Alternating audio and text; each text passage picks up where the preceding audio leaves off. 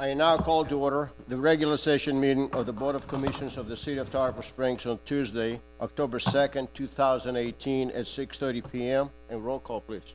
Mayor Alahouzes. Here. Vice Mayor Banther. Here. Commissioner Sieber. Here. Commissioner Kikta. Here. Commissioner Carr. Here. Thank you. I don't see the, well, tonight's invocation is supposed to be given by Milton Smith, but he's not here tonight, nor is our city attorney. So we're going to do the Pledge of Allegiance to the flag.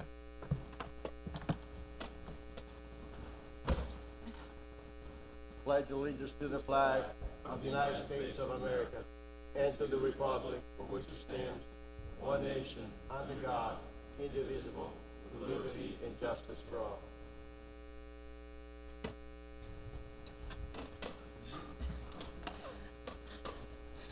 Good evening, everyone, and thank you for being here tonight.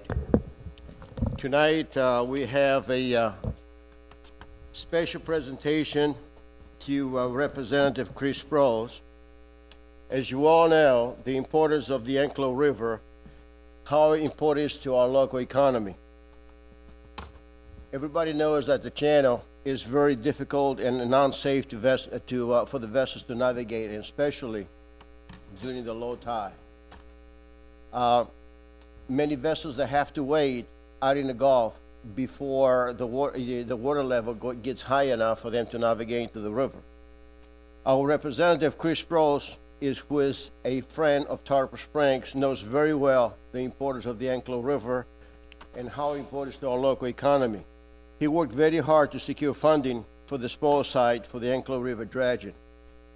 Ladies and gentlemen, tonight we have the opportunity to have a presentation to honor and to express our appreciation to the Representative Chris Sprowls. And I have a plaque that we like to present. In appreciation to Representative Chris Sprowls, Florida House of Representatives, with great appreciation for your dedication and service to the City of Tarpon Springs and your leadership in securing state funding for the Anclo River Dredge Project. 2018, Mayor Chris Alahouzes, Vice Mayor David Panther, Commissioner Ray Sieber, Commissioner Susan Kikta, and Commissioner Jacob Carr, we all thank you. If you please come forward to accept it, we appreciate all your services. And you know, my friend Chris, we appreciate your services, not only helping us with the dredging, but everything else that you do, representing us in Tallahassee. Thank you. Thank you. Want to say a few words?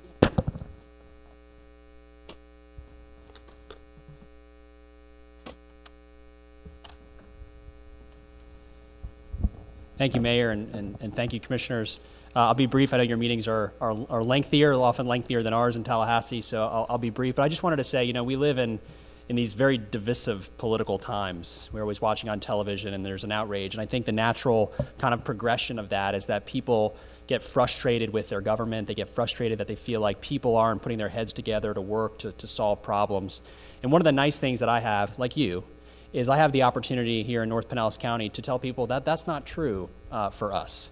And that although things happen on a national level that are outside of our control, that we work as a team very often. And I think that this dredge project is one of those really shining examples of government leaders across levels of government, across political spectrum, coming together to say this is a real problem that impacts our community, we're going to solve it. Mayor, as you know, and the commissioners know, our first step in this process was the many merchants from the sponge docks like Arthina Sardulis and Jack and Julie Russell from Rusty Bellies, who came to us and said, hey, look, we're having this huge problem and the economic impact is significant. What can you do? We went to the county commission, we got them to do a feasibility study. The state, we did our part to get the spoil sites. Then we got our friend Congressman Bill Arakis to go and saber rattle and get the Army Corps to approve the dredge project. So certainly for the citizens of Tarpon Springs, it's a great example of their leaders working together. It's been just an absolute pleasure to work with all of you. Many of you called me, some of you called me a lot during this process, and it was always very, very welcome. So thank you so much for this, I appreciate it. Thank you. Are there any commission comments? Vice Mayor? Yes, Chris, I want to personally thank you. I think I first met you for breakfast on this probably 3 years ago. And over the course of time, I know it took 2 different cycles of budgeting to get it. You took many calls and emails from me, some that weren't pleasant. and you were very patient with me, and I appreciate that. And in the end, you did come through for Tarpon, and I appreciate too how you recognize that this was a tiered level effort, and you played a big role in helping secure the money for the spoil site. And I hope voters in Tarpon Springs don't forget that. Thank you very much. Thank you, Commissioner Kick. Thank you, Representative Sproles. Thank you for being here tonight and for everything you did for us. This was a team effort on everybody's part, yours included. It's, you know, to show how important this town is so important to all of us, and I believe that you've seen this now, how important it is, and the livelihood of our sponge docks and our fishing and sponging industry to have this dredge happen for us. It's so important and vital for our community. So, you know, thank you for listening and for your hard work, and good luck to you. Commissioner Sieber? Thanks, Chris. I know I called you a few times. I appreciate your dedication to this community and meeting with business owners and us, and of course the state and the federal government came through too. But it was a group effort, and I thank you for your persistence as well, because we did have to go on to the next year to try to get this done. But I appreciate your hard work and everything you do for us, and good luck.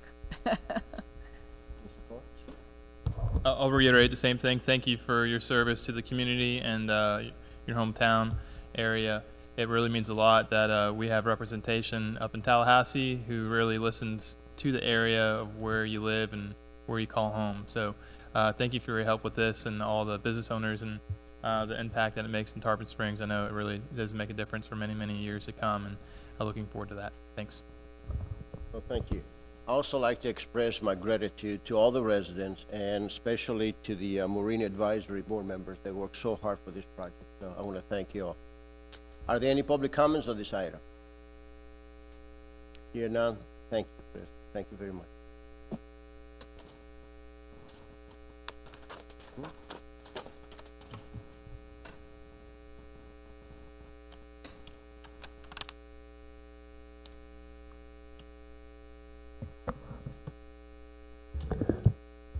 We are now going to the item number 1, which is the Breast Cancer Awareness Month. Just public comment. I did ask for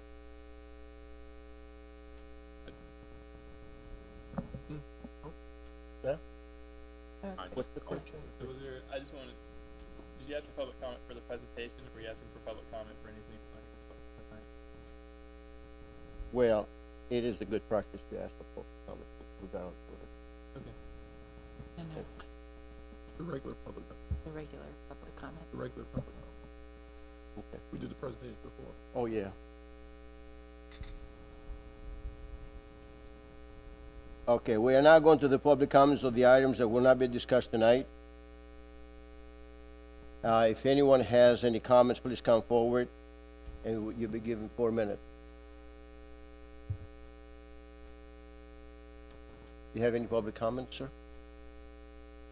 Something that it has nothing to do with the agenda. Oh, he's on the agenda. You on the agenda? Okay. Does anybody has a public comments? Okay. All right, now we're going to the item number 1, which is the proclamation on the Breast Cancer Awareness Month. Whereas, while considerable progress has been made in the fight against breast cancer, it remains the most commonly diagnosed cancer and the second leading cause of death among the women in the United States. And whereas October is the Breast Cancer Awareness Month, an annual campaign to increase awareness about the disease. Whereas during this month, we reaffirm our commitment to support breast cancer research and educating all citizens about the risk factors, detection and treatment. And whereas we display pink ribbons and we wear pink clothing to raise awareness, we also support our courageous fighting breast cancer to honor the lives lost in the disease. And whereas in October we recognize breast cancer survivors, those fighting the disease, their families and friends, for the tireless source of love and encouragement. We applaud the efforts of our medical professionals and researchers working to find cure for this deadly disease. And now therefore, I, Chris Alahuzes, by virtue of the authority vested in me as the mayor of the city of Tarpon Springs, do hereby proclaim the month of October 2018 as the Breast Cancer Awareness Month. We will mail this proclamation. Any commission comment? Are there any public comments on this item? Here none. The next item on the agenda is the Community Planning Month. This proclamation will be read by Commissioner Sibley. Thank you. City of Tarpon Springs, Florida proclamation. Whereas change is constant and affects all cities, towns, suburbs, counties, boroughs, townships, rural areas, and other places, and whereas community planning and plans can help manage this change in a way that provides better choices for how people work and live, and whereas the full benefits of planning requires public officials and citizens who understand, support, and demand excellence, and whereas the celebration of National Community Planning Month gives us the opportunity to publicly recognize the participation and dedication of the members of planning who have contributed their time and expertise to the improvement of the city of Tarpon Springs. Whereas the mayor and commissioners extend a heartfelt thanks for the continued commitment to public services by our planning director, Heather Erweiler, and our planning staff. Now therefore, I, and it says Chris Alahuzes, but Rhea Sieber, by virtue of the authority vested in the mayor of Tarpon Springs, Florida, do hereby proclaim the month of October 2018 as Community Planning Month. Thank you. Someone to accept this proclamation? Heather. Heather.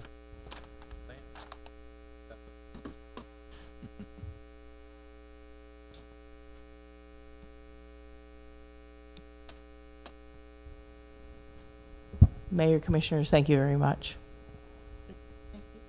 Are there any commission comments on this item? Sure. Well, you know that you're well appreciated, Heather, and you've made a huge difference in the planning department since you've been here the last 3 years. Yes. And continue to do a lot for our city, even working weekends and evenings, and are a very hard worker. So appreciate all the time that you put in and how much you've accomplished in 3 years and what you're still about to accomplish. So thank you, Heather. Thank you. Are there any other public commission comments? I'll just say thank you as well. You know, when you take my calls, I tell you to dumb it down for me, in layman's terms. I appreciate how you do that and help explain things to me in that manner. But in the bigger picture, the way you serve the residents and keep us up to date with Tallahassee and DC as well, just staying on the forefront of planning. Heather, you know, you've come a long way since you've been here, and I can't tell you how much I appreciate you. You do so much for the community. You look for a way to get done, and we see the changes already happening within the community. And you're trying to make our life easier, and I think our jobs easier, and I think it's working. So I appreciate what you do for us, and you do work long hours. I know you're here on weekends and nights, you know, late. So I appreciate that. You're a great asset to our city. Thank you.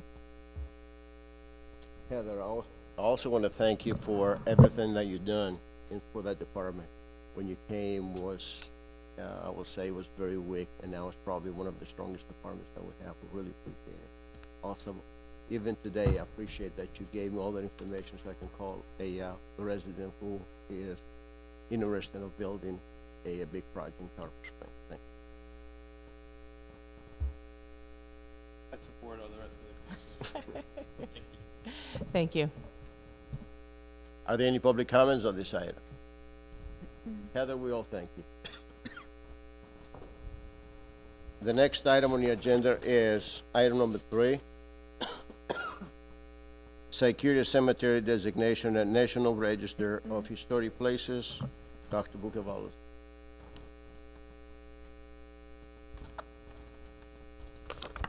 Good evening, Mayor and Commissioners.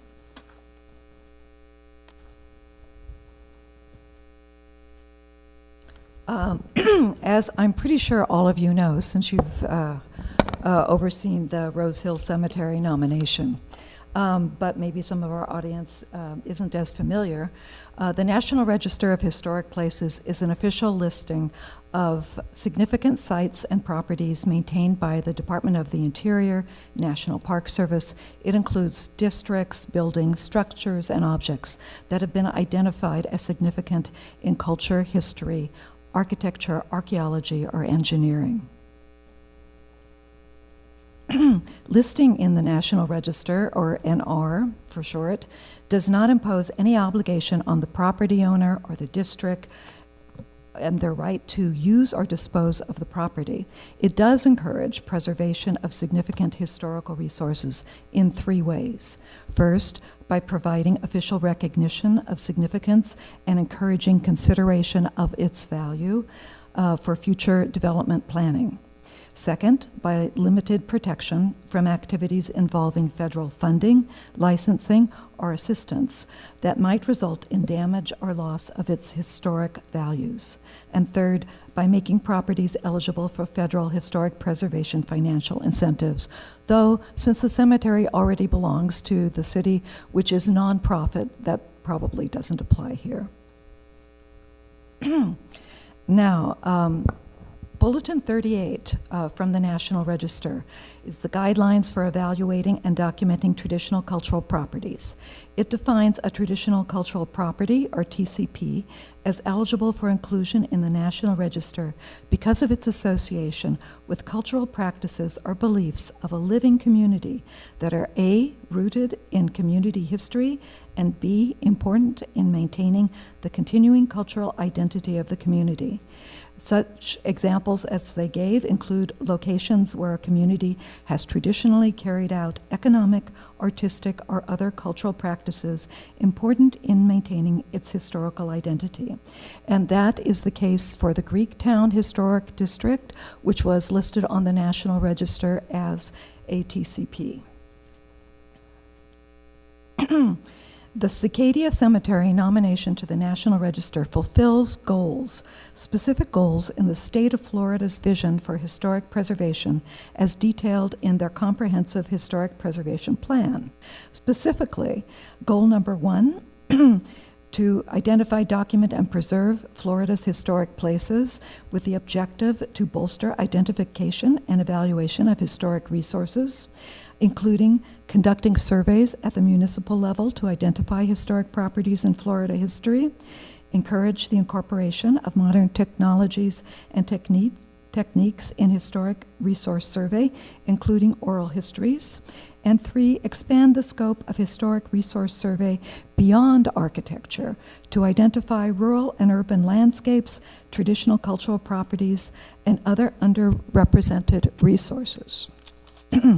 It also fulfills Objective 1B, to identify and designate traditional cultural properties in Florida and list them on the National Register of Historic Places. In fact, their recent booklet that you see up here gives Tarpon Springs Greektown Historic District listing on the National Register as its only example of a TCP based on non-Native American heritage.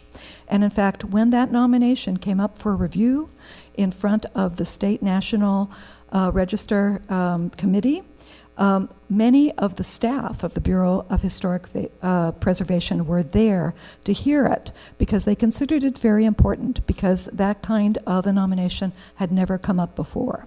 And in fact, it was also attended by phone by a National Register representative because it was the first TCP district in the nation to be nominated and put on the National Register. That state booklet also mentions it a second time, as it does the settlement of Greeks in Tarpon Springs. So, why should a Cicadia Cemetery be nominated as a traditional cultural property? Well, first, the National Register doesn't want to list all the cemeteries in the country because every cemetery has its own unique and very interesting history, or unique to the place, but which is composed of the histories of all the people in that cemetery. But what the National Register wants is something that is more outstandingly unique in the nation or represents an important historical event. The most distinctive feature of Cicadia Cemetery is its association with Greek American history and culture in Tarpon Springs. The city itself has the highest percentage of residents with Greek heritage in the country and is the place most closely associated with the sponge industry in the country. Second, the National Register is encouraging the nomination of more traditional cultural properties. Greektown was the first traditional cultural property district, as I mentioned, to be listed on the National Register and does serve as a national model. Third, Cicadia is actually part of the Greektown Cultural Complex. We originally intended to include it with the Greektown nomination as a non-contiguous property, but we ran out of time because we were sort of hurried along because the State Historic Preservation Officer at the time, Barbara Maddock, was about to retire. She had helped work on the nomination and was very interested in seeing it through, so we wanted to get that nomination done before she did retire. So I'm going to show you just a few of the graves in the cemetery that are unique. First of all, I do want to say that recent interviews with cemetery staff and an examination of cemetery records indicates that Greeks and Greek Americans constitute a large component of existing burials, 43% as far as I can determine, and also constitute the majority of incoming burials at this time. Greek burials are distributed throughout the cemetery, though some areas possess a greater concentration. And the funeral markers often show different characteristics than those of non-Greek grave markers. Discernible patterns in funerary art and burial rituals constitute an important example of funerary culture that Tarpon Springs shares with Greece, and especially the Dodecanese Islands. And I did go and investigate cemeteries in Kalymnos, in Athens, also in Australia, where there are a lot of Greek burials, as well as some cemeteries in this country with Greek burials. And ours shares many characteristics with those in Greece, but it exceeds those in our country or Australia in terms of the number of different components used that are typical of Greece. Also, many markers in Cicadia reflect a synthesis of evolving American styles with Greek cultural elements and decorative details. And some aspects, such as sponge industry imagery and some imagery on musicians' graves, do not occur elsewhere in the United States. So here, for instance, I wish this was bigger, but you can see there are many, and I only have a couple examples here, many graves that show images of sponge boats. Some grave markers also show images of sponge industry processing. For instance, you can hardly see it, but on the left, the grave has an engraving of sponge clippers, which I was amazed to find. And this photograph of Mike Smolios on the right shows him at the sponge exchange in front of one of the kluvas, which is where he used to work processing the sponges. And in fact, many of the men who have markers in the yard, and I'm only going to show a few examples, it was so important to them to be part of this industry that they incorporated ceramic portraits of themselves in their diving suits. As Nikolas Skilas, Petros Pharalidis, Mangos. And there are many other graves that have engravings of diving helmets. John the Greek Mailis, Phil Pharalidis, whom you probably remember, and I didn't realize this at the time, but the one in the middle, Gustinapis, is actually Irene's father. And they're all engraved with the sponge helmets. There are other kinds of elements that are different on Greek grave markers. On the left is what's known as a candle house, in which candles and sometimes portraits and sometimes incense burners are put for the family to keep the candles lighted, the incense burning. and the image of the deceased. Sometimes there's such a strong connection of the deceased with their native island or place that there's a map, as there is with the Matsis grave, in this case of Rhodes, which shows the particular villages that they're from. Most markers, that have the attribution of birthplace, of course, the majority are from Kalymnos. Those down at the bottom there not only show Greek columns, but those people were also come from Aegina. And many of the graves, such as the one to the right, which is a handmade wooden marker, also show the Byzantine cross as opposed to the Latin cross. The Byzantine cross there's also a Greek cross which has equal length arms, but the Byzantine cross has the sort of three protruding parts at the end of each arm of the cross. Here on the left, it shows two different kinds of candle holders, an older one that's being held from a metal wire. On the right, the more modern kind, which is in a red holder, which has a cross on the top, and often the crosses for Greek graves are, again, the Byzantine cross on top of that. On the right, this grave for our National Heritage Award winner, Nikitas Tsimouras, also shows a candle holder to the right and a Byzantine cross. There are many other kinds of symbols. The grave on the left, of course, has Greek flags, as several of them do, as well as an anchor attached to it. The one on the right has the Byzantine cross, also has an incense burner, because that's part of what marks Greek graves both here and in Greece. And of course, there are various rituals that go on in the graveyard, both for burial and in memorials times for the deceased. There are also many graves that for Greek musicians. The one on the right also shows what is another aspect typical of some of the older graves, which is a slab of marble, which is of course one of the materials common in Greece. That's for George Anastasiou, who was the first Greek choir master and Greek school teacher, and was a nationally known figure, who wrote some of the first Greek choir hymns in this country. In the middle is Amalia Baka. That grave was lost because she has a name not known to others that's on that grave. She was a very famous singer nationally of Greek music in the 30s, 40s, and 50s.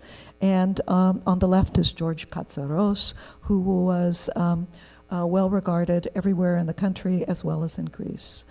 More Greek musicians' graves. Sometimes we have bouzouki engraved on the graves, such as with Spiros Gordilis and George Sophos. And on the right, we have a violin for another musician, Taki Demetrius. So, are there any questions that you may have? Great job. Thank I mean, you. this is really nice. I just want to thank you for your efforts for including our cemetery to the National Register of Historic Places. Question that I have, is that going to give us any opportunity for grants to do any development or any improvement? I really don't think it will hurt. I don't know of any particular grants. Well, although the state does have some community grants oriented towards historic preservation coming out of the Bureau of Historic Preservation. I could look into whether that would be appropriate for the cemetery. It's possible. But I think any grant that you do go for the cemetery, if this is on the National Register, this will enhance your credibility tremendously. Good. Thank you. Mm-hmm. Any commissioner Anyone else? comment? Commissioner Carr. Thanks. Just Tina, real quick, I got a question for you. Thank you for putting this together. There's obviously a lot of hard work and history that goes in behind it. What's the thought process to not include like the non-Greek Americans or the non-Greek individuals that are buried at the cemetery? This is in no way to disrespect anyone else who is in the cemetery, but as I explained earlier, two things go into this. First, it really is a part of the cultural complex that is part of Greektown that was recognized by the National Register on the basis of Greek culture.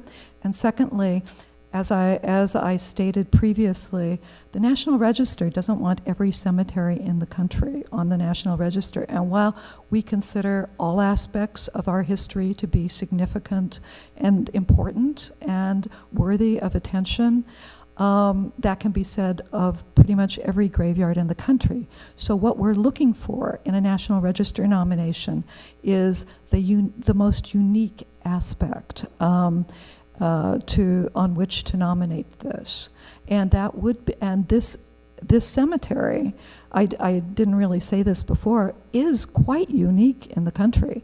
There are a handful of cemeteries associated with Orthodox churches, but there is no other secular cemetery in the country that has this number of graves with Greek funereal iconography or rituals going on, or the sheer number is astonishing.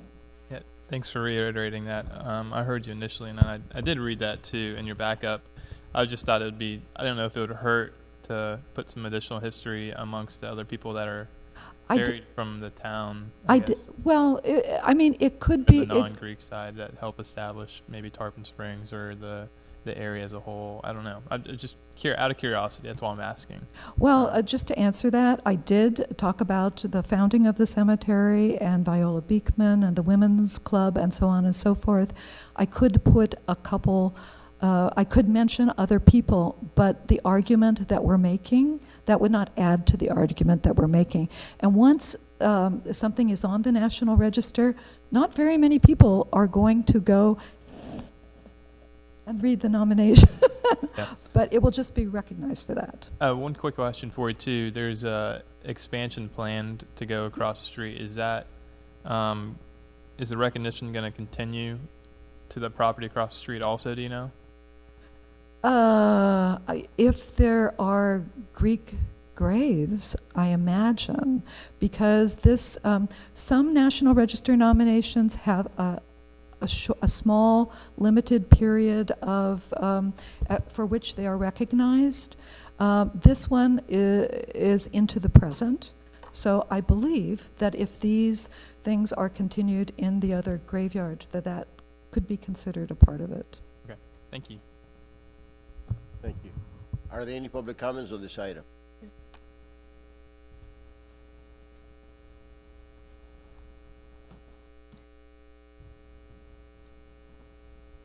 Good evening, Athena Sardulias, 634 East Orange, Tarpon Springs, Florida. I'm here in support of the application to designate Cicadia Cemetery on the National Register of Historic Places. I feel like this goes hand in hand with the Greektown District and plays right into the city's marketing campaign of experiencing Greece in America. I feel that we could enhance cemetery tours. This is a unique factor. And the fact that we're a National Trust property, my goodness. Also, I feel that it might jumpstart the creation of a nonprofit org to gather private donations that could offset costs to maintain the cemetery for all those buried there, not just the folks of Greek descent. So I think it's a fabulous idea, and I really appreciate Dr. Boukavalis going to the effort of getting this application in. Thank you. Are there any other public comments on this item? Here are none. Thank you, Tina. And now we go into the consent agenda. Item number 4 is the minutes. A, September 18, 2018 special session. B is September 18, 2018, the regular session. Number 5 is satisfaction and release of liens. Number 6 is special event at the Sponge Docks Seafood Festival, November 9th through the 11th, 2018. Number 7 is to authorize the mayor to execute letter in support of nomination of the Cicadia Cemetery to the National Register of Historic Places. And number 8 is to ratify the increase number file 180120, traffic making materials and services, Pinellas County bid number 123-0394-B9. Number 9 is decrease file number 180001, NRS miscellaneous services. Number 10 is the award file number 190005, NRS maintenance support and equipment for Motorola radios. And number 11 is the award file number 190006 NRS, single source purchase of cash equipment. And number 12 is the award file number 19004 NRS radio and pager equipment and maintenance. Any items that you like to pull? I just have a comment on one. I'm sorry? I just have a comment on On which one? number 8. Okay. Go ahead. Yeah, this is pertains to marking the roads, and I know we have a lot of older roads that are around town and highly trafficked intersections. So I'm encouraged to see that we're spending money here to restripe this and additional money with this agreement. And thank you, Mark, for taking the initiative and restriping some of these other roads that are in need. It really does help out the residents when they come to me and say, Jacob, we can't see the stripes anywhere. How do we know which side of the road you're on when it's raining, etc. So thank you. Thank you. Are there any other commission comments? Are there any public comments on this item? I hear none. Will entertain the motion. Approve. Second. And roll call, please. Commissioner Carr? Yes. Commissioner Kikta? Yes. Commissioner Sieber, Yes. Vice Mayor Banther? Mayor LaHousas? Yes. We are now going to the special consent agenda. This is to renew file 120122 and JJ maintenance of public restrooms at the Sponge Exchange. Mr. Licorice will present this item. Yes, this is one that's not brought on special consent by cost. It's just always been brought on special consent. This is for the use of the bathrooms at Sponge Exchange. Tom functioned as you have asked in past years. Did his inspection. I think he includes some pictures in the backup about some of the improvements that have been made. So the contract is the same as last year, and especially with the amount of events we have down there, I'd encourage you to approve this as we have in past years. Thank you. Any commission comment? I just want to say something on that subject. Sure. Yes, thank you, because I have not wanted to improve this in the past, but I do see that they've made a lot of improvements, and that was, I felt necessary before we approved another year of budgeting on this project. So I'm glad that he did make some improvements, and it looks a lot nicer. He heard you last year. He's heard me for 3 years, I think. Are there any public comments on these items? Hear none, I will entertain the motion Motion approved. Second. and roll call. Commissioner Carr? Yes. Commissioner Kikta? Yes. Commissioner Sieber, Yes. Vice Mayor Banther? Mayor LaHousas? Yes. Item number 14 is the settlement of administrative fine of lien. Annexed to City of Tarpon Springs Code Enforcement Board. The city attorney will present this item. Yes, good evening. There's a series of 3 code enforcement cases that are currently pending before the 6th Judicial Circuit for Pinellas County. One for 39 West Oakwood Street, 544 Grand Boulevard, and 439 East Lemon Street. The series of these cases have not yet been briefed. However, the counsel for the property owner is looking to settle all 3 code enforcement cases. The first case has a lien with a payoff of $1,271.56, including, and which they would like to settle for $750. The second is $3,643.75, which they'd like to settle for $2,000. And the third is $7,725.96, which they wish to settle for $3,750. These are pretty substantial settlement amounts. The reason that the city attorney's office is recommending settlement is because that we haven't expended any monies as of yet trying to brief these cases and bring them before the court. We are confident that we would be able to go ahead and prevail on these and foreclose on the liens, but at great cost to the city in legal fees. So at this point, we are recommending settlement of these cases. And I can answer any question. Are there any commission comments? Commissioner Carr? I've got one. So, Erica, can you just help me understand, if the city were to move forward to try to capture all the fees, the city wouldn't be reimbursed for the city attorney's time on this one, right? No. Okay.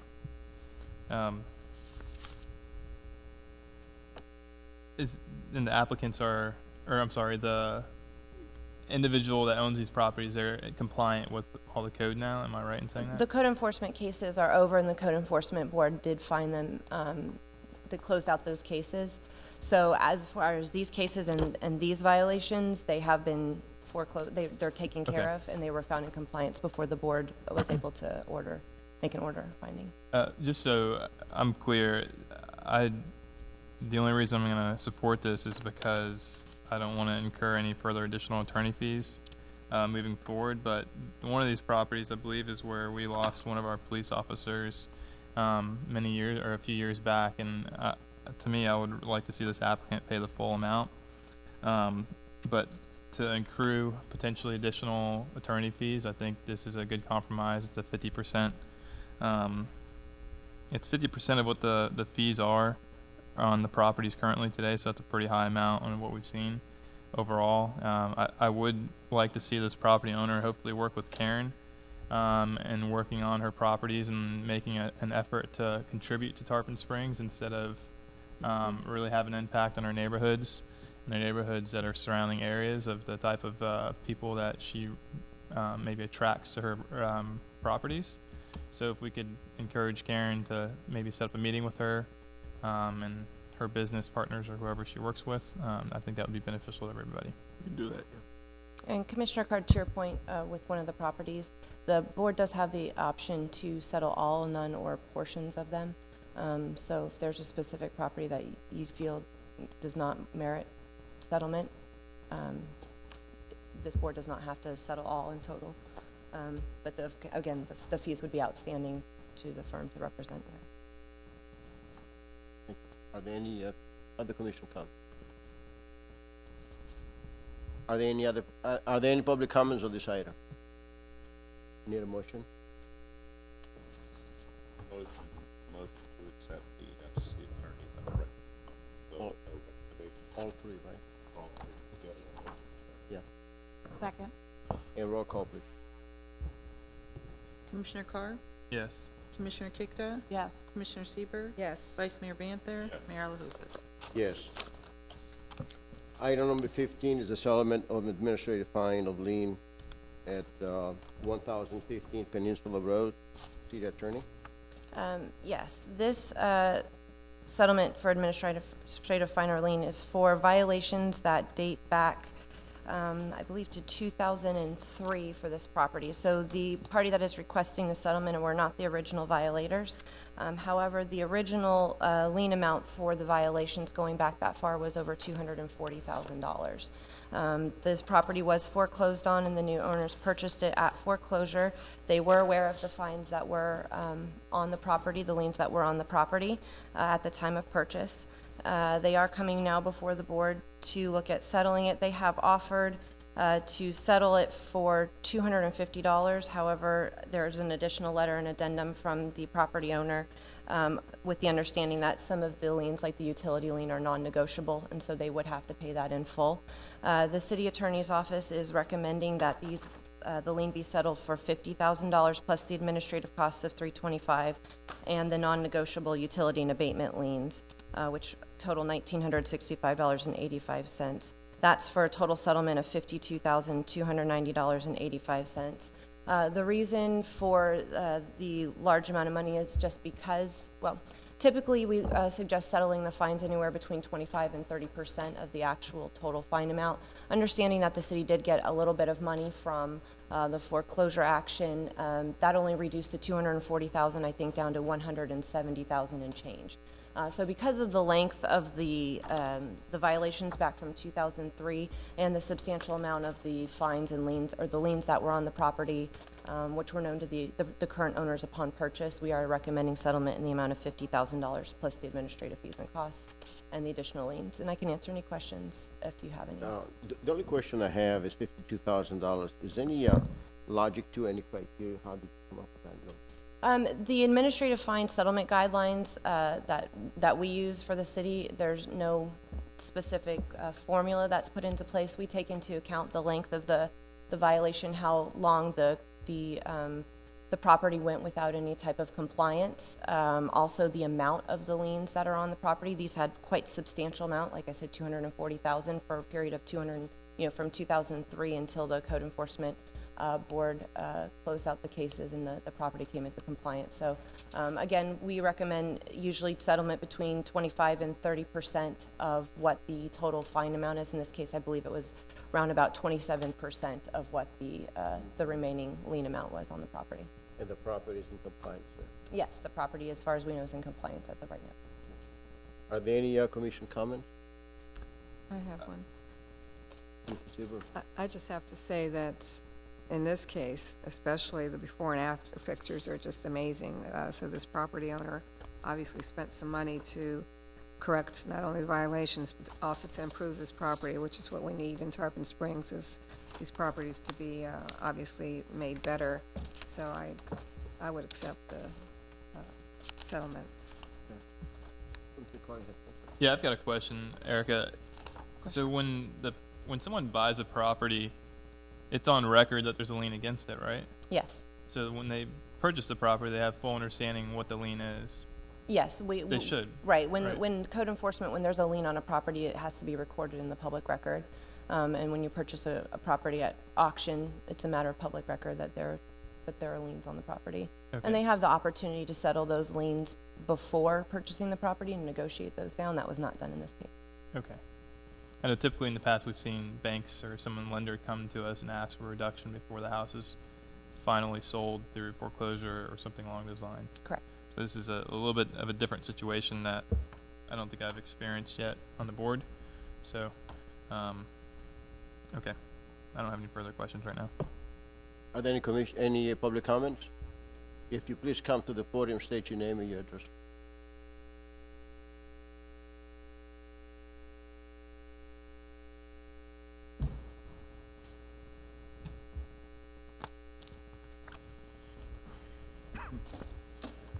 Good evening. My name is Shadi Abdallah, and I'm here in behalf of, as manager of the company that purchased the property. I would like to Would give you some please give us your address for the record? Excuse me? Your address for the record? My address is 5119 5th Way North, St. Petersburg, Florida, 33703. And I'm here to provide some explanation to something that sounds like reckless, buying a property with $245,000 violation on it when the market value is way lower than that. And also, I'm here to ask to keep an open mind on the case, to try to see the big picture, because there were different kinds of liens on the property, and we've been working with every department of the city at the time of the purchase and during this year, that more than 1 year that occurred, to fix the property. Some of the liens are non-negotiable, like abatements lien, because the city had some costs, or utility liens that we already paid. Some other are violations that are originated from fines, and usually there's a program for that with the city of Tarpon Springs. So the idea is this property has been sitting in there. Let's say, for example, there's a roof issue. So there's a program. The city wants to access the house, assess everything, and make a deal with the owner, fix everything else that might have been occurred, like an example, for the example of the roof, if there has been water damage, mold, electric system damage, drywall, all these kind of things. So the city pose requests, the owner fix everything, and then the fine, the lien, the violation is totally waived, is canceled. Now, why didn't we apply for this program? The thing is that in our case, the violation was grass overgrowth.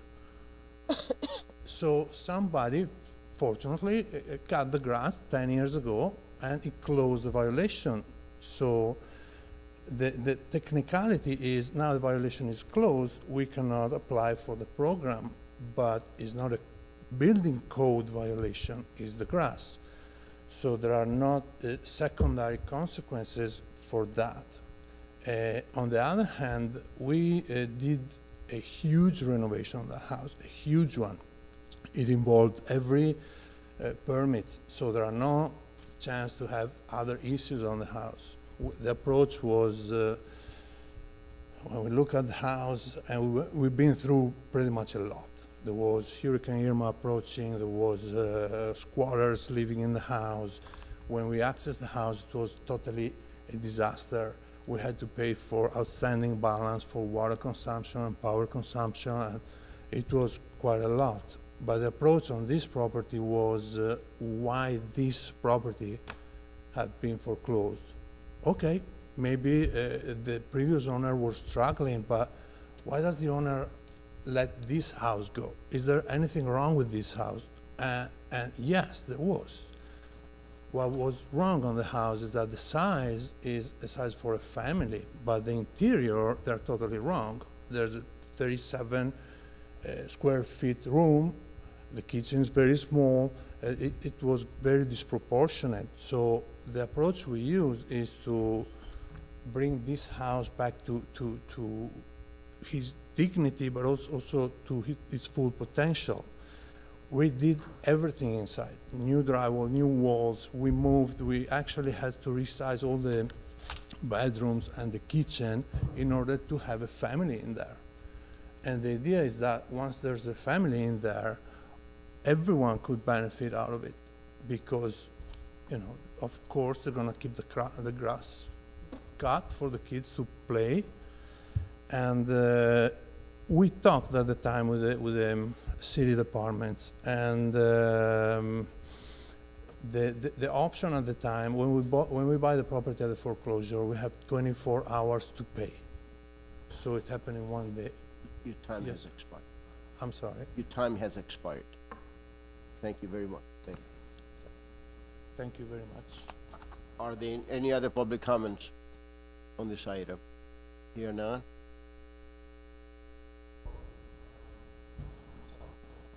Thank you. Any other commission comment? Commissioner King? Just have, so when this person bought the house, or this company bought the house, there's a lien on title, correct? So they're aware of that the lien has to be paid up because there's a cloud on title. So there's not clear title unless that is paid at time of closing through the proceeds. Correct. Okay. Vice Mayor had a question? I just want to clarify, and the land, for the record, the recommendation is pretty much 1/4 total lien, correct? It is, I believe it's 27% of the remaining 170, which is outstanding. Right. So correct, 1/4 of the original 240. Any other comment? I have a history of being not having a whole lot of sympathy for banks and individuals that buy properties with large liens on them. I know I'm at times in the minority of the board for this. I do understand that part of the goal of code enforcement is to get the property back compliant and to a contributing factor, and hopefully there would be no squatters, or there's a family would move into it and contribute to the area. This is good to see that at last year it was sold in August of 2017 as a deplorable house, and it looks like they're going to sell it here pretty soon as a fully renovated house. That's encouraging. I do have some sympathy in that, but I'm completely just bewildered, and I don't understand why you would pay $150,000 or $140,000 for a house with almost $200,000 worth of liens against it. And that part I just can't wrap my head around right now. Is $50,000 the number? Probably not. But is there some collection the city should collect? Absolutely. I'm not really sure what that number is. This is a difficult, I think, position for all of us to be in, because we're representing the city as a whole, and the many, many years of the deplorable situations for the neighbors, for the neighborhood, the devaluation of the houses in the neighborhood, along the roads. So I'm just not sure what the number is going to be yet, is my thought. And I'm not sure if anybody else has any other thoughts of what the number should be also, or if there's further discussion we want to have as a board, Mayor, or what we would like to talk about. Well, you have any number in your mind? I mean, I'm somewhere thinking in mind somewhere between, again, there's no great mathematic equation that we're running off of. The application before us was at 50% of the lien, although it was a $12,000 plus. So I mean, my thinking is somewhere between 15,000 and 20,000 is my thought process. I don't know if that's the rest of the board feels that's respectful for the rest of the city, or This is why I asked the question earlier, asked the question to the city attorney, what's the criteria, what's the formula we use to come up with a number?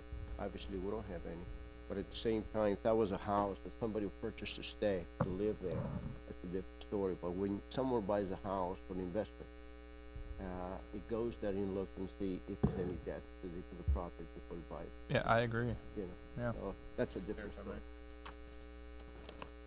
No, sir, please, say you finished, we are finished with the public comment. Thank you. I just want to ask Commissioner Carr, usually Commissioner Carr, you're in favor of us going above the recommendation unless I'm having just a brain fart. So this time you want us to go below, you'd say 15 to 20,000 total, including the non-negotiable utility lien? Yes, and Mayor, am I okay to respond? Just because, Vice Mayor, this is such a large number of a lien against a house that isn't really worth what the lien initially probably was to begin with. That part is concerning to me, and like I said, I don't get it still why someone would buy a house with a lien that's double of what you're paying almost, or over what you're paying for it.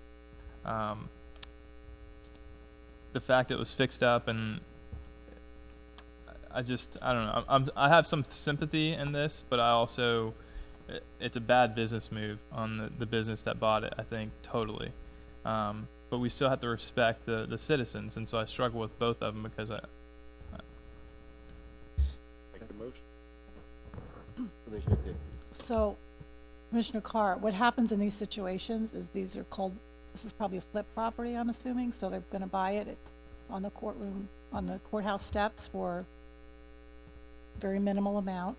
They're gonna fix it up, they're gonna flip it and sell it for a larger amount. That's what I'm figuring out's going on here.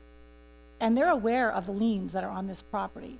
So when they buy this, they have to, because it's on the title. So they know what was, and so were they expecting us to just wipe this clean? I'm not quite sure where they were coming from when they decided to buy this property with this huge lien on it. So it's not like they bought it and, you know what I'm saying? I absolutely understand what you're saying. Yeah, I just can't understand why somebody would buy it. This is still. this is the why our confusing part market to me. is the way it is. But anyway. Other commission comments? I need a motion. Motion to approve. Second.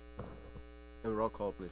Can I have clarification on were we approving what the city attorney recommended? Right. Okay. Yeah. All right, at 50,000. Yeah. Okay. Actually, Plus 52. administrative. 52,985. Roll call, please. Commissioner Carr, Yes. Commissioner Kikta, Yes. Commissioner Sieber, Yes. Vice Mayor Banther, Mayor LaHousas. Yes, thank you.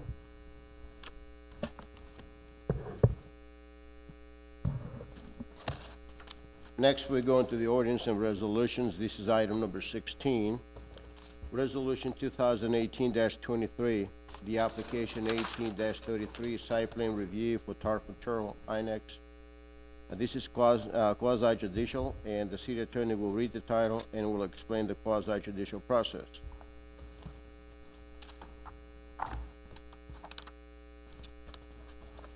Resolution of the City of Tarpon Springs, Florida, approving application 18-33, requesting site plan approval for Tarpon Turtle Annex to construct a 4,280 square foot, one-story office building located on Keystone Road, approximately 150 feet north of Lake Tarpon Avenue, including lots 20, 21, and 22 of Lakeview subdivision in the RO Residential Office Zoning District, providing for findings, providing for conditions, and providing for an effective date. This is a quasi-judicial proceeding, one in which the Board of Commissioners sits in a quasi-judicial rather than a legislative capacity. In a quasi-judicial proceeding, it is not the board's responsibility to make law, but rather to apply law that has already been made. If the board finds that the presentation of evidence by competent substantial evidence that the criteria and set forth in the Code of Ordinances has been satisfied, then it is the board is required by law to find in favor of the applicant. By the same token, if the evidence presented, the board finds that according to the law, the evidence, competent substantial evidence presented does not meet with the criteria, the board is required by law to find against the applicant. Are there any members of the Board of Commissioners wishing to disclose any ex parte or conflicts of interest this evening? Seeing none, anyone wishing to speak this evening on behalf of the applicant or the city or to give any testimony, could you please stand and raise your right hand to be sworn in? Do you swear or affirm that the testimony you're about to give is the truth, the whole truth, and nothing but the truth? I do. So sworn. Staff presentation. Good evening, Mayor, Commissioners, Heather Erler, Planning and Zoning Director, and staff to this application. Essentially, this is one of the final steps in the process of completing a very long process for the Tarpon Turtle. It started with their additional parking lot and has kind of progressed as they have bought additional properties. You saw this property not too long ago when they went through the rezoning process to rezone it to RO and requested a restrictive covenant that would make the property consistent with the countywide rules. With that, staff has looked at this application. Again, the Tarpon Turtle Annex is developing one more additional office building adjacent to their current office location off of Keystone Road. It'll be accessed through the existing office complex. There's actually 2 buildings out there right now.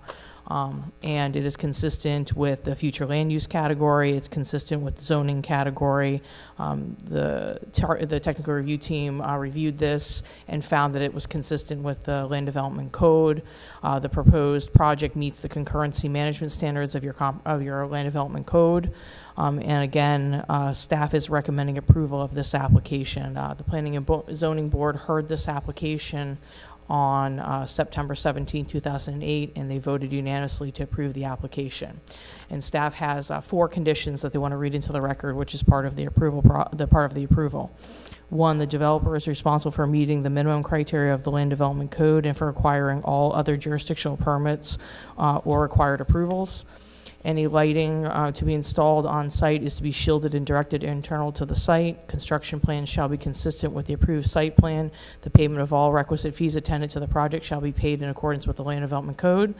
And finally, the site plan shall expire at 1 year from the effective date unless the applicant has filed for a building permit with construction plans signed and sealed by a registered engineer licensed in the state of Florida. With that, I can answer any questions that you might have. Heather, did we get any input from the neighbors? Actually, it's been surprisingly quiet out there for this application, as it was with the zoning change. So no, we have not received any input from the neighbors on this particular application. They were aware that this application would be coming forward when the vacation and the change in the land use went through. Are there any other questions for staff? I just got a quick question. Do we foresee any issues with parking at all? I know there's not that many spaces and it's not a rather large building. I'm just concerned with it. I don't think so, because given that I just went out to the site in the middle of the day yesterday to pull all the signs that were there from the previous applications, and there were 3 people in those spaces at this point in time, there appears to be sufficient parking across the 3 properties. Because again, you have 3 projects, but you also have 3 properties that the parking will be spread across. Okay, thank you. Any other questions for staff? Would the applicant like to make a presentation?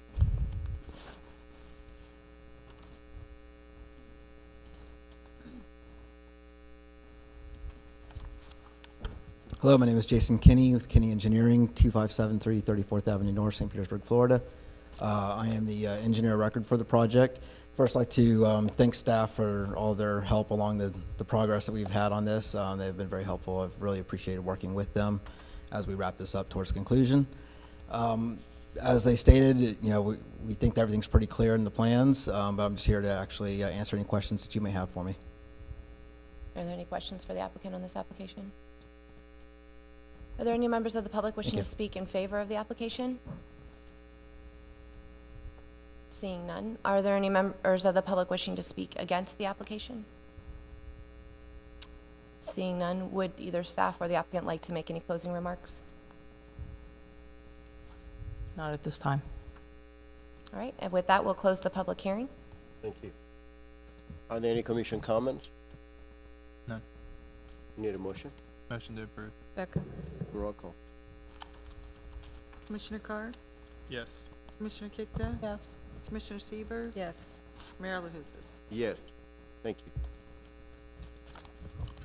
And we're now going to the item number 17, which is the ordinance 2018-26 to change the schedule of the Board of Commissioners meetings. This is the first reading. Mr. Licouris? You want to read the ordinance first? I certainly will.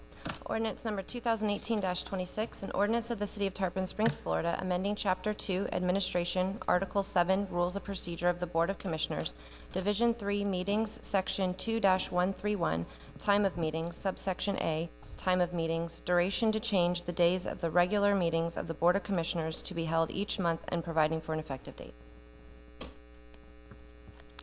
This item is participated by a letter that you have in the backup for the item from Mr. Jay Daniel, stating that he's going to step down from his position as city attorney and asking that you within his firm appoint Tom Trask as the city attorney.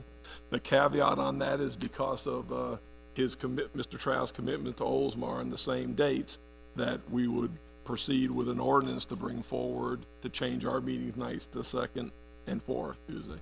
As you see in the ordinance, if you look at the language of the ordinance, the charter just says that we have to have 2 meetings per month. Those days are set by ordinance, which is why you see the ordinance present for this. The way I've laid this out for you, since this is a 2-reading item, is that we do the first reading tonight, the date, which obviously means nothing because there's a second meeting.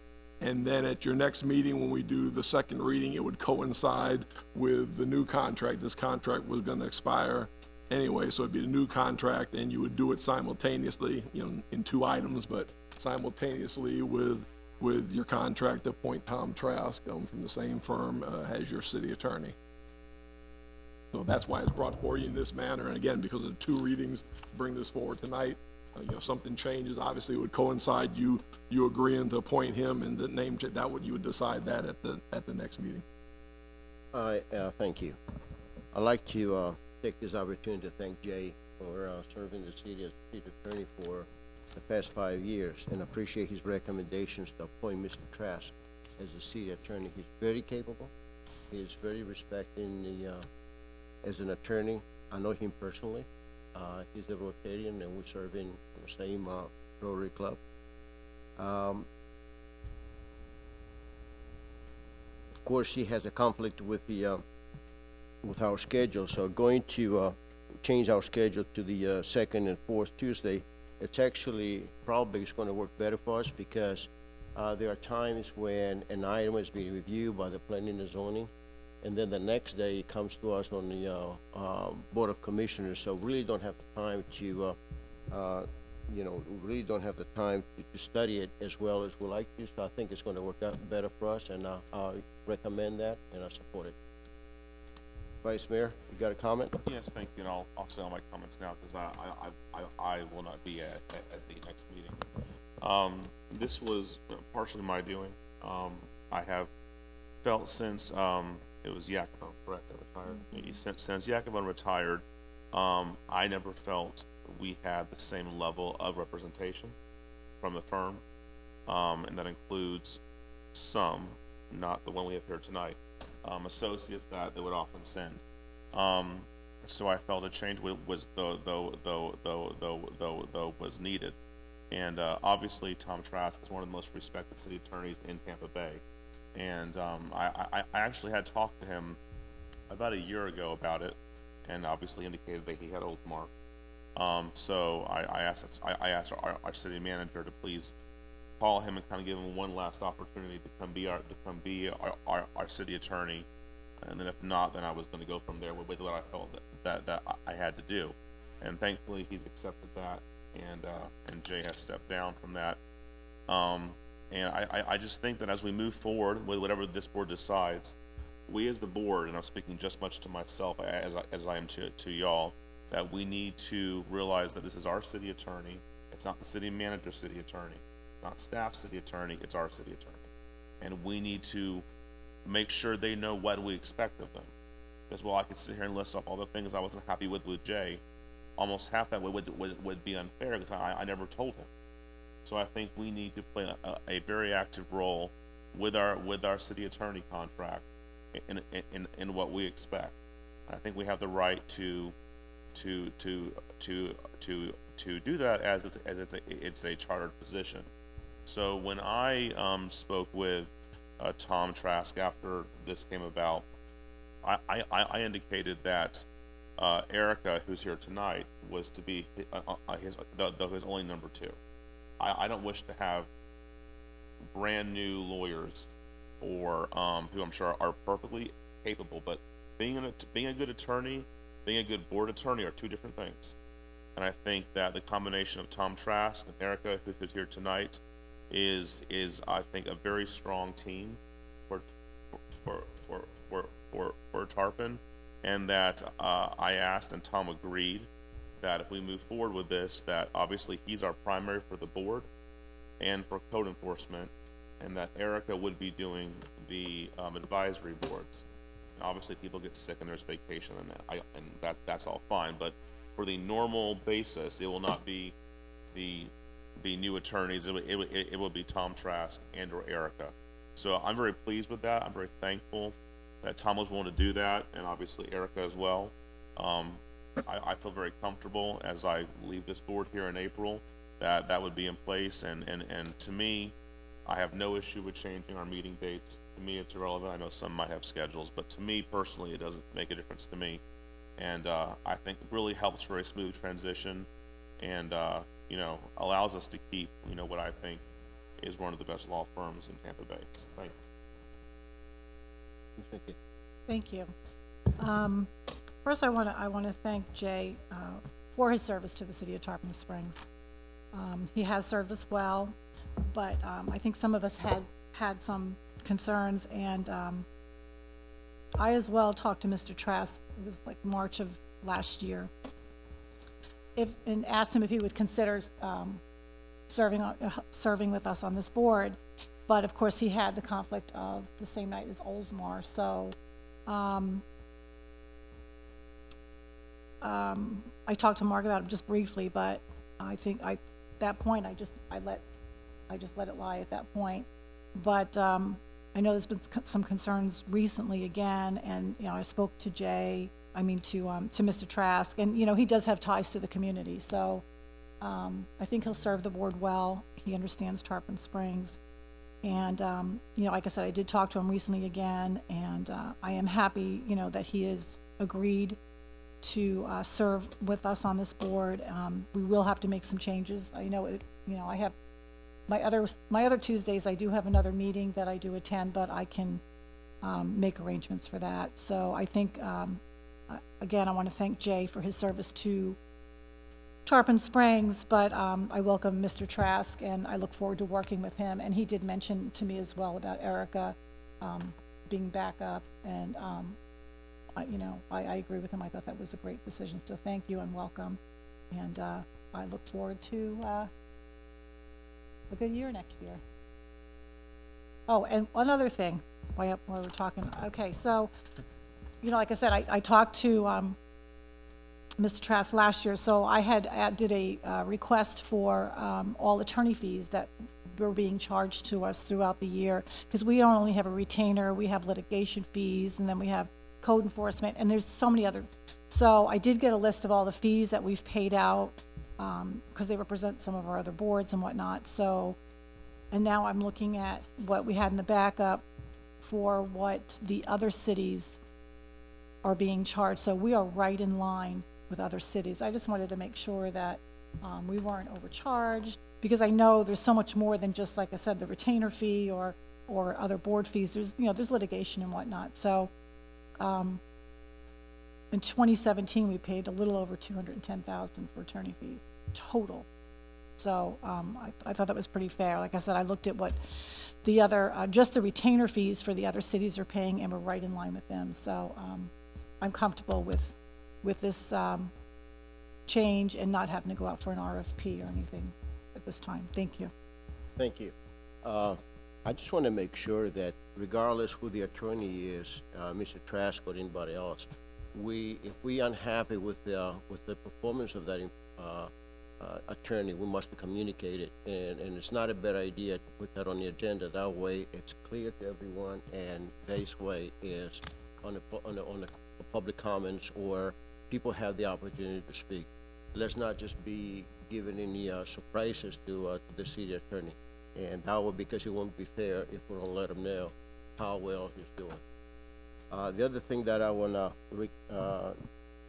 ask Mr. Licouris is to make sure that the people be notified that we're going to change the dates of the meeting.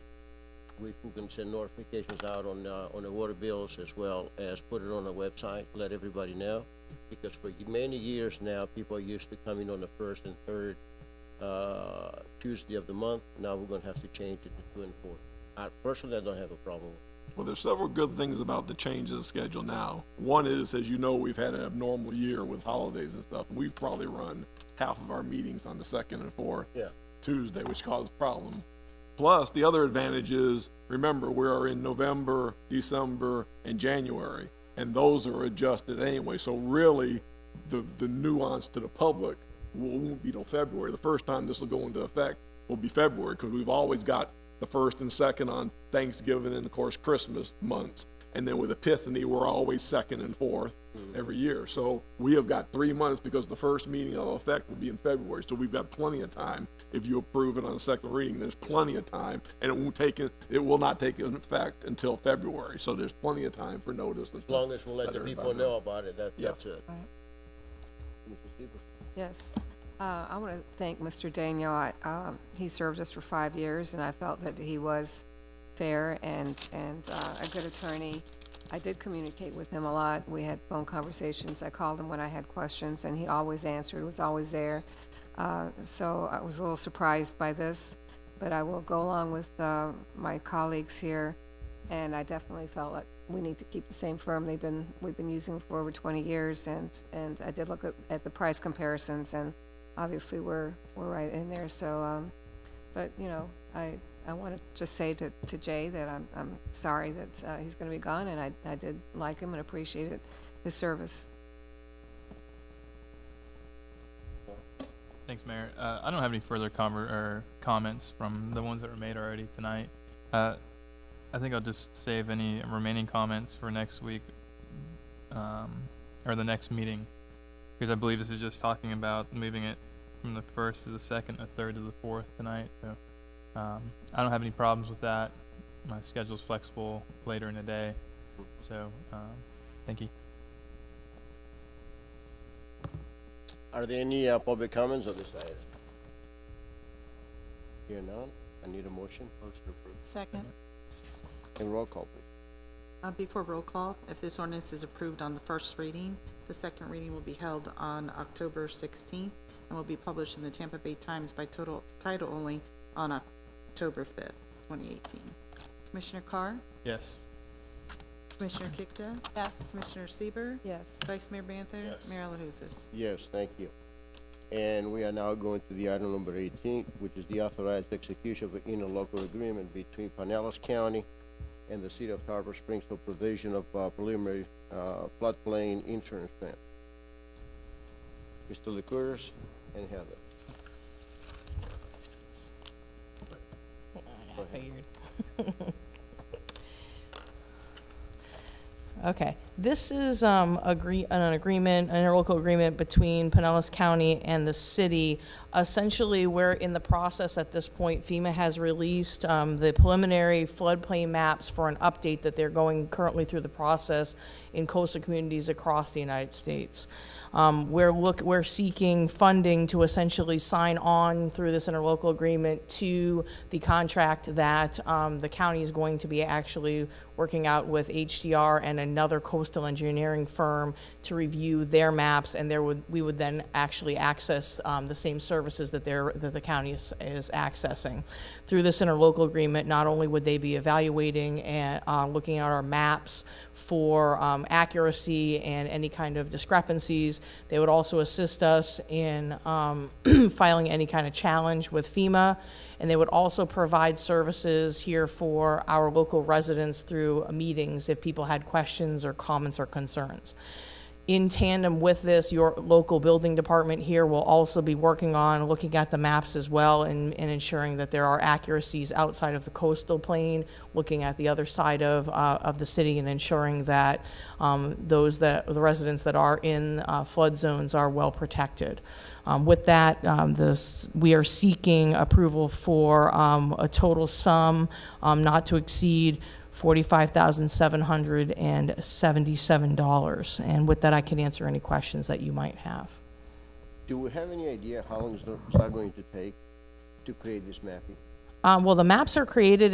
We have a 90-day review cycle. That 90-day review cycle actually was supposed to kick off last week, but unfortunately, FEMA actually had some issues with their delivery to some of the southern communities, so they've extended that window. It's going to start sometime in the next 2 weeks. They're going to give the county a date, and we will relay that information to you. Once that date is set, it's 90 days from that date that we have to complete our review of the maps and return any comments or questions that we have to FEMA. So sometime in that 90-day window, we'll be meeting with the consultant to set up a local public hearing here. We'll keep both the board notified of that information and the residents so that they can participate in those meetings. Do we have any idea what effect it's going to have to our properties here?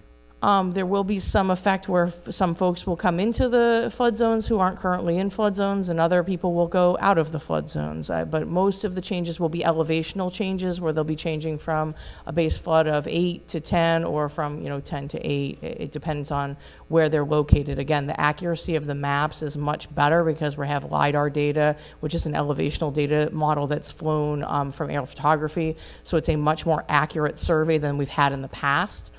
So this will be a clearer image of where the elevations actually lie for a lot of folks.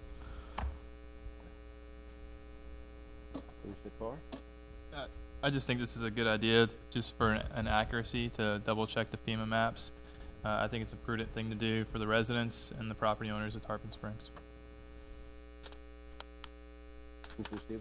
Yeah, first I want to thank you for meeting with me and going over all this. I appreciate your time. It's definitely prudent for us to look at accuracies as well for the review and for our own community, so that we know that what FEMA is doing is going to work for us. So thank you for doing all this, and I definitely approve. Vice Mayor Panther, no comment? Mr. Licorice, we just finished our budget, the $45,000. I guess we have money available for that, right? We will find it, yes. Okay. Thank you. Are there any public comments on this item? Here none. I need a motion Motion approved. Second. and roll call. Commissioner Carr? Yes. Commissioner Kikta? Yes. Commissioner Sieber, Yes. Vice Mayor Banther? Yes. Mayor LaHousas? Yes, thank you. And now we're going to the item number 19, which is a request to negotiate development agreement.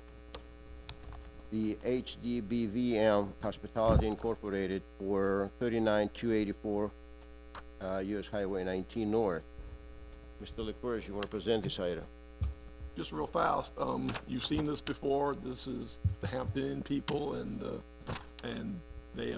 we have approved this before, but there was timelines that weren't met because of the timelines, they have to ask for it again. So by code, you have to give me permission to negotiate the development agreement with them. And again, this is for their property next to Hampton Inn to have another hotel there and stuff. So again, you've seen this and approved this before. Some timelines weren't met, so they have to start all over again. You see their application, so obviously I want you to tell me to proceed in negotiating this development agreement with them. Of course, I'm in favor to see that. This is our goal, to have more hotels in Tarpon. On US 19, the Springs Ducks also to develop the West Tarpon Avenue. Mr. Licorice, can we appoint a person to be the point of contact, so make it easier for them to get the permit So will be no delays to get this project going. Yes, we've got that. You We've got that under taken control. care of? Yeah. Thank you. Vice Mayor Panther, I saw that smile, I thought you had something. For a hotel, you know, we need, like I said, we need choices, and Yeah, no. it's in an appropriate spot, and we'll, you know, encourage competition and hopefully attract more, so. Actually, the same owners that have done it, there They're will be gonna no compete against competition. themselves. Same owners? Well, Same owners. it's different P&Ls, I'm sure Yeah. they're gonna way to make that work.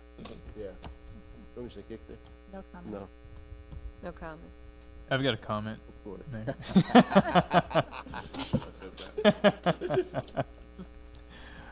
And I'm glad you do too. Thank you. City manager, if we could just encourage them, I'm not really sure what, during this development proposal agreement, how we can incorporate the history of Tarpon Springs, some type of character other than just a traditional stucco, 4 walls, and a flat roof. Any way we can encourage and incorporate the history of Tarpon Springs, a historic part, I would completely encourage that we communicate that with the applicants and the property owners. I think that would do Tarpon Springs really well to see a nice piece out in 19. I will do that. Thank you. Good idea. Thank you. Any public comments on this item? Here none? Will entertain a motion Motion. Second. and roll call. Commissioner Carr? Yes. Commissioner Kikta? Yes. Commissioner Sieber, Yes. Vice Mayor Banther? Yes. Mayor LaHousas? Thank you. Mr. LaCourage, you can start negotiating now. Thank you. Well, that concludes the regular session agenda, and we go to the staff comments. Police Chief? Yes, thank you, Mayor. Real quick, you got copying on an email from Major Young on September 28th concerning what they call the Road to Hope with concerns of police survivors, otherwise known as cops. We worked with them when they were building their national office to have a tile laid down in memory of Officer Kondak. So we have the pictures and everything here, but it's really neat. It's just a great way to honor Officer Kondak. So his name does reside on the roadway to Hope up in Washington, D.C., and just another way of us, never forgetting what happened. So thank you. Thank you.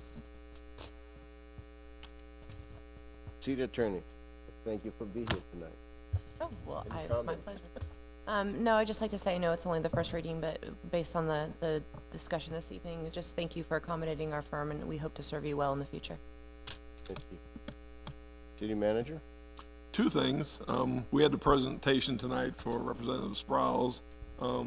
Obviously, 2 other people that you want to honor, Senator Nelson and Gus Bilirakis, are in rather heated elections, so the schedule has been very tough trying to schedule. I think we're going to reach out to them and maybe try to get some of their aides maybe to accept it, because obviously in this time of year it's going to be very hard to schedule them. We've been trying both offices along with the Representative Sprowls for 3 or 4 months, and they're just busy schedules. It's tough for them to get. So I don't think we'll be able to get the representative there, but maybe if we can try to get a representative from their office and stuff to be here, we'll continue to try for that and try to get there, because I know you want to honor their efforts too. Also, it looks like the night that we've chosen for the work session, Trish, polled all of you, is going to be Wednesday, the 24th of October.